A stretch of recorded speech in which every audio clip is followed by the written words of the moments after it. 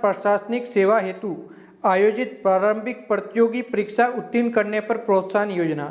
इस योजना के तहत अगर कोई भारतीय प्रशासनिक सेवा की प्रारंभिक परीक्षा उत्तीर्ण करता है तो उसे 1 लाख रुपए मिलता है, और इसी प्रकार से राजस्थान प्रशासनिक सेवा की परीक्षा उत्तीर्ण करता है तो 50,000 रुपये उसे दिए जाते हैं।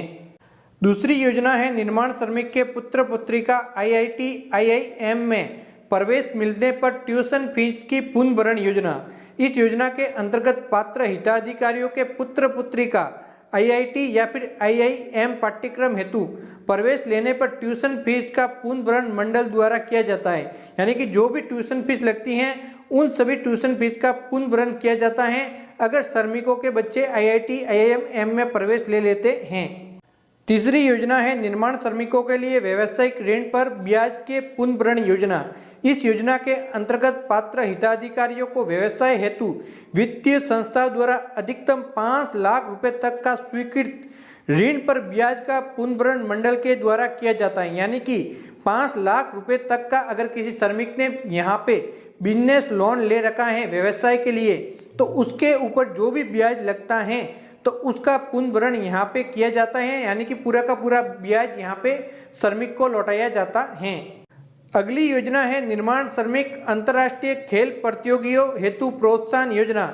इस योजना के तहत कोई अंतर्राष्ट्रीय खेल प्रतियोगिता में भाग लेता है तो उसे 2 लाख रुपए मिलते हैं। अगर अंतर्राष्ट्रीय खेल प्रतियोगिता के अंदर कांस्य पदक जीतता है तो 5 लाख रुपए मिलते हैं, रजत पदक जीतने पे 8 लाख और स्वर्ण पदक जीतने पे 11 लाख रुपए तक का बेनिफिट दिया जाता है। तो श्रमिक कार्ड योजना में सबसे ज़्यादा बेनिफिट इसी योजना में मिलता है। अगली योजना है निर्माण श्रमिकों को विदेश में रोजगार हेतु वीजा पर होने वाले व्यय का पुनर्भरण योजना। यानी कि कोई निर्माण श्रमिक विदेश में रोजगार के लिए जाता है तो जो वीजा बनाता है उसके ऊपर जो भी खर्च आता है जिसका अधिकतम 5,000 रुपये की राशि का पुनर्भरण यहाँ पे श्रम विभाग के द्वारा किया जाता है।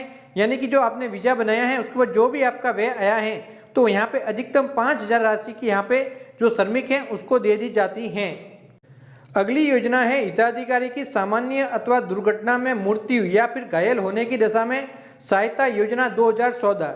इस योजना के अंतर्गत यहाँ पे दुर्घटना में मृत्यु होने पे 5 लाख श्रमिक को मिलते हैं। दुर्घटना में स्थायी रूप से अपंग होने पे 3 लाख रुपए, आंशिक रूप से अपंग होने पर यानी कि आंशिक रूप से स्थायी अपंग होने पे 1 लाख रुपए मिलते हैं। दुर्घटना में गंभीर रूप से घायल होने पे यहाँ पे 20,000 रुपये मिलते हैं। दुर्घटना में होने पे 5,000 रुपये। निर्माण श्रमिक की सामान्य मृत्यु होने पर भी यहाँ पे 2 लाख रुपए दिए जाते हैं। यानी कि श्रमिक कार्ड बना हुआ है तो कोई भी दुर्घटना होती है या फिर कोई घायल होता है तो ये सभी बेनिफिट श्रमिक को दिए जाते हैं। अगली योजना है सिलिकोसिस से पीड़ित हिताधिकारियों हेतु सहायता योजना। यानी कि कोई श्रमिक यहाँ पे सिलिकोसिस बीमारी से ग्रसित हैं तो उनको भी आर्थिक लाभ दिया जाता है। तो अगर कोई सिलिकोसिस से पीड़ित होने पर यहाँ पे 2 लाख रुपए का बेनिफिट दिया जाता है। अगर सिलिकोसिस से किसी की मृत्यु हो जाती है तो 3 लाख रुपए का बेनिफिट परिवार को दिया जाता है। अगली योजना है निर्माण श्रमिक औजार या फिर टूल किट सहायता योजना। इस योजना के तहत यहाँ पे श्रमिक किसी भी प्रकार के टूल किट की खरीद करता है तो या तो वास्तविक मूल्य या फिर 2,000 रुपये में से जो भी कम है वह राशि श्रमिक को दी जाती है। यानी कि 2,000 से अधिक मूल्य का अगर कोई भी श्रमिक टूल किट खरीदता है तो भी 2,000 रुपये मिलेंगे। अगर कम का खरीदता है फॉर एग्जाम्पल 1,500 का खरीदा तो उसे 1,500 रुपये दिए जाएंगे। अब हम बात करते हैं सबसे जरूरी योजना के बारे में, निर्माण श्रमिक शिक्षा व कौशल विकास योजना। इस योजना के तहत निर्माण श्रमिक के पुत्र पुत्री जो कि स्कूल कॉलेज में पढ़ाई कर रहे हैं तो उन सभी को 8,000 रुपये से लगा के 35,000 रुपये तक की छात्रवृत्ति या फिर पुरस्कार दिए जाते हैं। ये जो छात्रवृत्ति दी जाती हैं अलग अलग कक्षा स्तर पे अलग अलग छात्रवृत्ति मिलती हैं।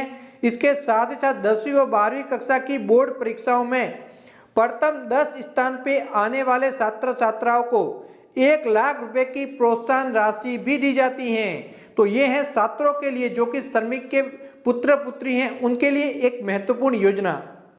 अब हम बात करते हैं एक और जरूरी योजना, निर्माण श्रमिक जीवन व भविष्य सुरक्षा योजना। इस योजना के तहत प्रधानमंत्री सुरक्षा बीमा योजना का जो भी प्रीमियम आप सेविंग बैंक अकाउंट से कटौती करवा रहे हैं तो उसका 100% पुनर्भरण आपको मिलता है। इसी प्रकार से अगर आप प्रधानमंत्री जीवन ज्योति बीमा के साथ जुड़े हुए हैं तो आपकी जो भी राशि है प्रधानमंत्री जीवन बीमा योजना की, तो उसका 50% आपको पुनर्भरण के रूप में मिलता है। इसके अलावा